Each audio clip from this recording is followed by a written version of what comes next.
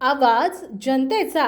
रिसोड तालुक्यात शेतकऱ्यांवर आसमानी संकटाचा कायम वरदहस्त राहिलाय। कोणत्या ना कोणत्या आसमानी संकटामुळे शेतकरी अडचणीत येत आहे। हे कधी काय होईल कधी सांगता येत नाही। निसर्ग कायम शेतकऱ्याच्या पाठीमागेच कोणत्या ना कोणत्या संकटाचा पाठलाग करतच असतो। अशातच रिसोड तालुक्यातील शेतकऱ्यांनी पेरलेल्या हळद या पिकावर करपारोग पडला असून जमिनीतील हळदीच्या गट्टूवर सुद्धा हुमणी अळीचा प्रादुर्भाव जाणवत आहे। गहू पिकावर मर रोगाचा प्रभाव जास्त वाढत असून हरभऱ्याच्या पिकामध्ये मर रोगाची लागण लागली आहे। शेतामध्ये खळेच्या खळे हरभऱ्याचे दिसत आहेत, तर काही पिके सकाळी आणि रात्रीच्या धुळीमुळे करपत आहेत। अशा आसमानी संकटाचा कायम शेतकरी सामना करतोय। भविष्यात आपल्या मालाला योग्य भाव मिळेल का या चिंतेतही रिसोड तालुक्यातील शेतकरी आहे। याबाबत शासनानं सहकार्याची भूमिका ठेवून योग्य मालाला भाव मिळावा अशाच अपेक्षेत शेतकरी वाट बघतोय। वाशिम जिल्हा प्रतिनिधी नारायणराव आरू पाटील।